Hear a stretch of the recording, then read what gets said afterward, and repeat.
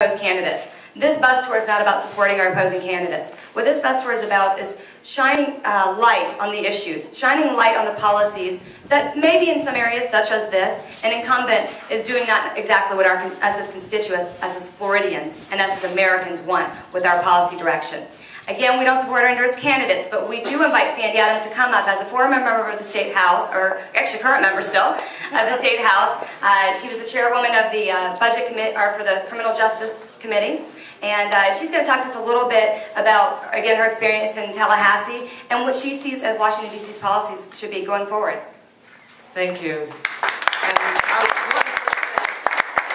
thank Jim Martin and the 60 Plus group for the award. I appreciate it very much. I've got my father here, and he is a little over 60, not much. We're going to sign him up, too. Wave, Dad.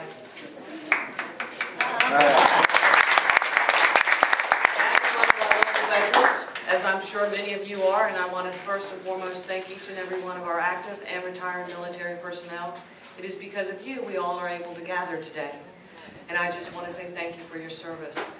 I am a current state representative. I currently represent District 33 in Florida, which is just west of the county line, Orange, Seminole, and Volusia counties.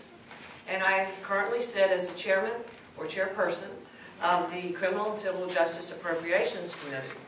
The one thing I can tell you is I voted no on the septic tank bill. Just so you know.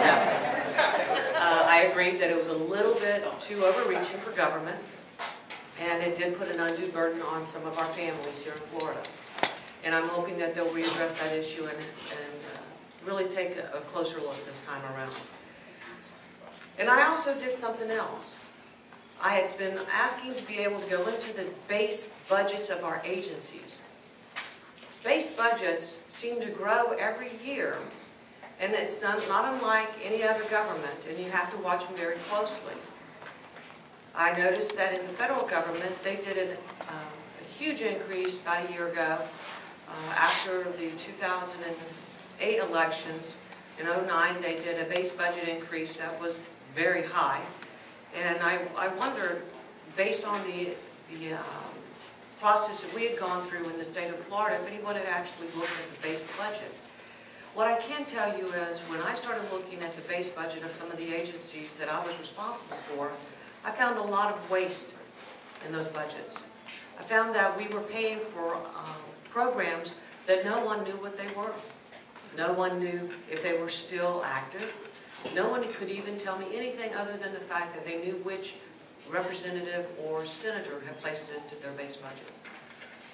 So guess what? I took it out. I figured, well, nobody knew what it was. So that's what we did.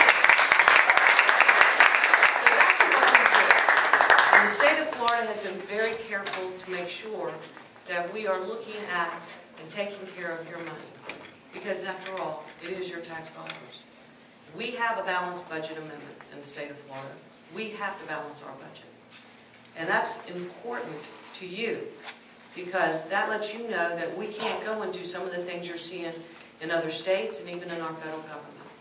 I have been honored and humbled to represent you in District 33 as your state representative, and I look forward to continually working with you, no matter at what level. So thank you so much for being here. Thank you for being engaged. It is your government, whether it's city, county, state, or federal. So stay engaged. Thank you.